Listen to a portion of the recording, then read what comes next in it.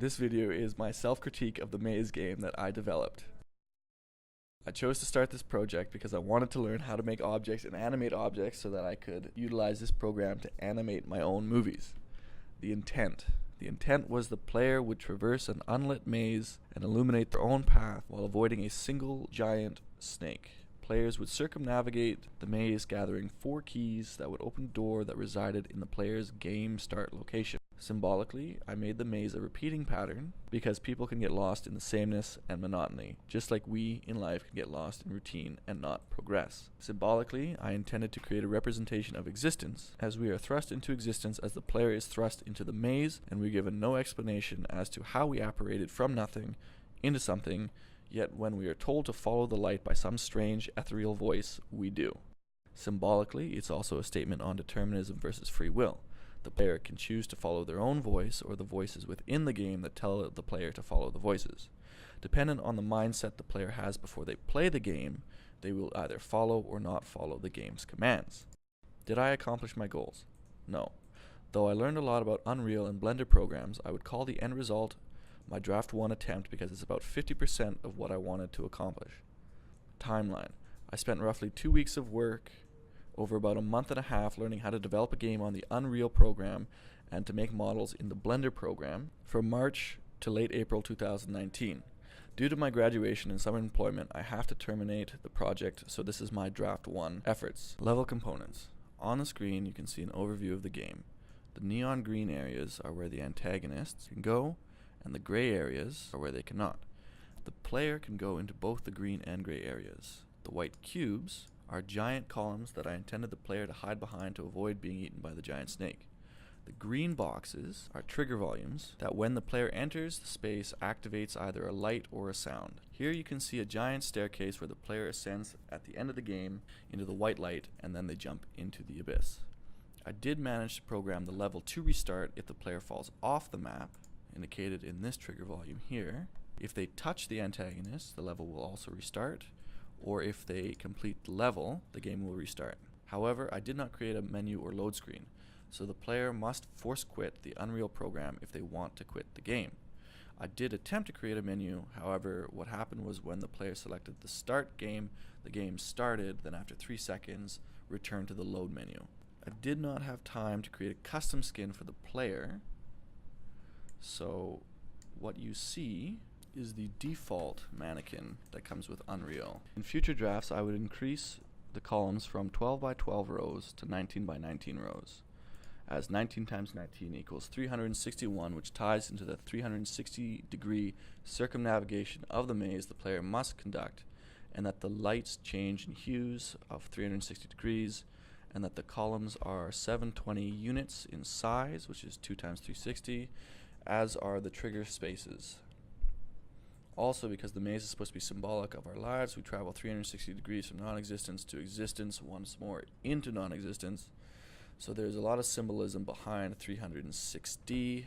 At the end, I placed white lights because white light is all the hues combined, which symbolizes how when we ascend, we would see all the colors as one. Having 19 times 19 rows leads to 361 degrees. The extra 1 column would be placed at the player game start above the player game start, and the player would return to it with the 4 keys to unlock symbolic ascension or symbolic enlightenment and move to the next level of existence in the game, as we humans do when we return to death. This is currently represented by the staircase in my Draft 1. Having 19 times 19 columns would allow for more dark gaps where the antagonists could eat the player, thus increasing risk. As you can see in the game currently, the first segment has no breaks in it, and the upper left segment has no breaks in it. This decreases risk and leads to less suspense. You'll also see that the left side does not allow for the enemy to navigate through. This is because that area is supposed to be my leap of faith area, where the player would have to decide for themselves if they would follow the voice or disobey it by taking a giant leap of faith. I wanted to have the snakes be in this area, but not kill the player, though that coding was difficult and was scrapped due to time constraints. I took ambient music off of YouTube to hide the emptiness of the level, as there are no other sound effects other than my narration and commands. I tried adding footsteps, but I had two problems. Either they would activate with every footstep, so you'd have an exponential footstep sound effect every step, or they would repeat with every step, which was terrible to listen to. The antagonist. I added a snake to the game because without it there would be no stakes, risk, danger, purpose, probability of failure, which in any story, our own or fictitious, makes for a boring story. The antagonist was supposed to be a giant snake that meandered through the maze. However, due to my rookie inabilities with the Blender program, I could not make it serpentine in animation. This led to a long antagonist that got stuck in the narrow corridors between the white columns in the Unreal program. So I had to take off the body. It was modeled after a triceratops head and a caterpillar body. I was able to animate it in Blender, but the animation did not translate into the Unreal. I also wanted the snake to be bioluminescent.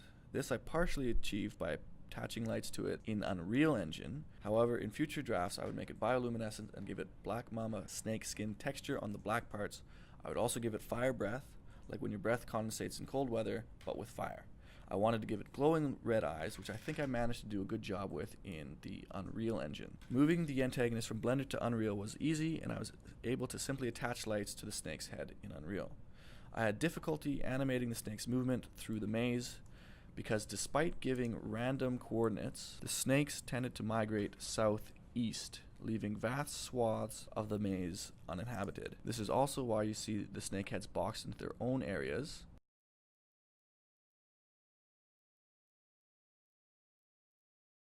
which was to prevent them from spreading out through the map. Another movement problem I had was I could get them to chase the player if they saw the player. However, if the player disappeared from view, then the snake stopped moving entirely, even if the player returned to view. Voice.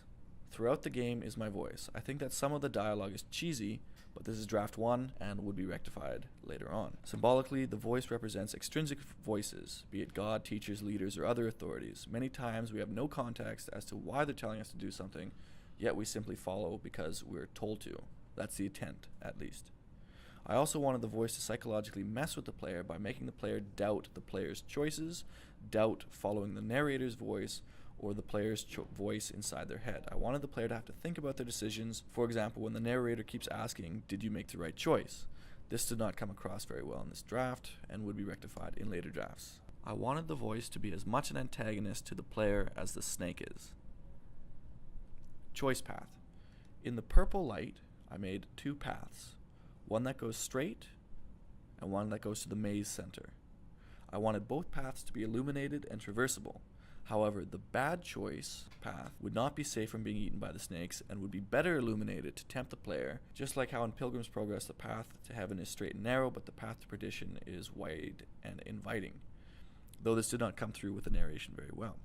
I also wanted the bad choice path to eventually lead to the darkness that the player would have a difficult time returning back to the light. I also wanted the bad choice path to be arguably just as good as the good choice path, because in life many people live lives that are not of the right choice, but still make their own light. If I adopt a 19 times 19 column setting, then this bad choice path could be better implemented.